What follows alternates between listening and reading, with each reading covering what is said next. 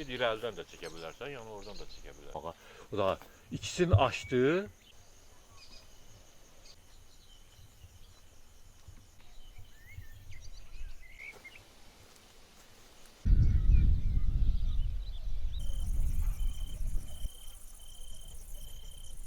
Kənd monitörləri gəldi, stolba açmışdı, stolba açmamışdı daha doğrusu.